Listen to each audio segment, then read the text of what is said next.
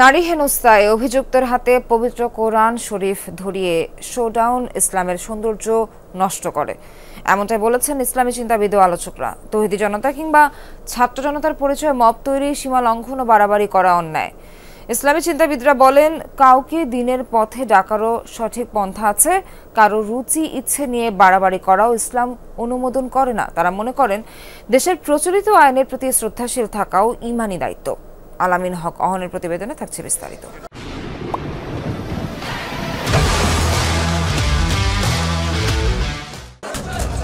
একদল লোক হঠাৎ ছাত্র জনতার নামে একজোট হয়ে কারো উপর চড়াও হচ্ছেন কিংবা মব তৈরি করে লুটপাটের ঘটনাও ঘটাচ্ছেন। সম্প্রতি এমন মব জাস্টিস বা মোরাল পুলিশিং এ তটস্থ সাধারণ মানুষ। আমি বাংলাদেশের আমজনতা। সম্প্রতি ঢাকা বিশ্ববিদ্যালয়ের এক নারী শিক্ষার্থীকে হেনস্থায় অভিযুক্ত অর্ণবকে ছাড়াতে তৌহিদি জনতার নামে মব তৈরি করে থানা পুলিশকে চাপ প্রয়োগের ঘটনাও দেখা গেছে। সারা বাংলাদেশের তৌহিদি জনতা অর্ণবের পাশে আছে। শিক্ষার্থী জনতা কিংবা তৌহিদি জনতার নামে এখন যা হচ্ছে তা বাড়াবাড়ি বলে মনে করছেন ইসলামী চিন্তাবিদরা। তারা মনে করেন, শক্তি দেখিয়ে বিচারিক ব্যবস্থার বাইরে যাওয়ার সুযোগ নেই ইসলামে।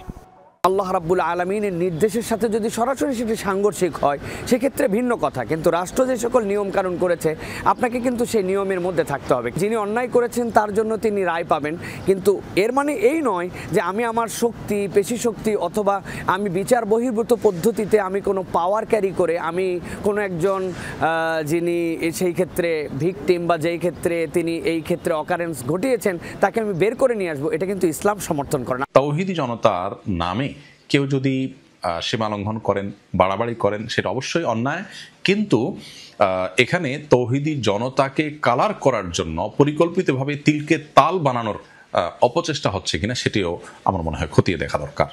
ঢাকা বিশ্ববিদ্যালয়ে নারী শিক্ষার্থীর পোশাক ইস্যুতে বিতর্কের পর প্রশ্ন উঠেছে, কারো জীবনাচরণ কিংবা অভিরুচির বিষয়ে ইসলাম কি বলে?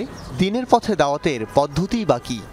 দাওয়াতেরও কিছু পন্থা বা স্টেপস আছে, সেগুলি মেনে করতে হবে, কিন্তু উন্মুক্ত ময়দানে কারো ত্রুটি নিয়ে মানুষের সামনে লজ্জা দেয়া, এটা ইসলাম অনুমোদন দেয় না। যাকে যেভাবে দিয়ে একজন পুরুষের কাছে দাওয়াতি কাজ করবে, একজন নারীকে সেই নারীকে দিয়ে দাওয়াতি কাজ করাবেন। হ্যাঁ, ইন জেনারেল যদি বলা হয় সেখানে কেউ থাকবে না অথবা অনেক মানুষ থাকবে, তখন সেখানে কারোর নাম উল্লেখ না করে বলবেন, বরং কাউকে খাটো না করে তার সর্বোচ্চ সম্মান দিয়ে কথা বলবেন। যদি কেউ ইসলামের নামে বাড়াবাড়ি করেন বা দাওয়াতের কাজ করতে গিয়ে, ইসলাম প্রচারের কাজ করতে গিয়ে তিনি ইসলাম বহির্ভূত কোনো পদ্ধতিতে তিনি আগান, নিঃসন্দেহে সেটা সমালোচনাযোগ্য। ইসলাম একটি স্থিতিশীল এবং ভারসাম্যপূর্ণ সুশৃঙ্খল সমাজ ব্যবস্থার কথা বলে।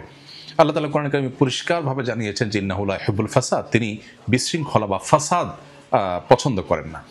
ধর্ম নিয়ে ইসলামী চিন্তাবিদরা যা বলছেন তা কতটা চর্চা করছি আমরা? অতি আবেগী কিংবা অতি উৎসাহী মানুষের কারণে কি তৈরি হচ্ছে ভ্রান্ত ধারণা? একজন অভিযুক্ত জামিন পাওয়ার পর তার গলায় ফুলের মালা, মাথায় পাগড়ি, হাতে পবিত্র কোরআন শরীফ ধরিয়ে দেয়া, তাতে কি ইসলামের সৌন্দর্য নষ্ট হয় না?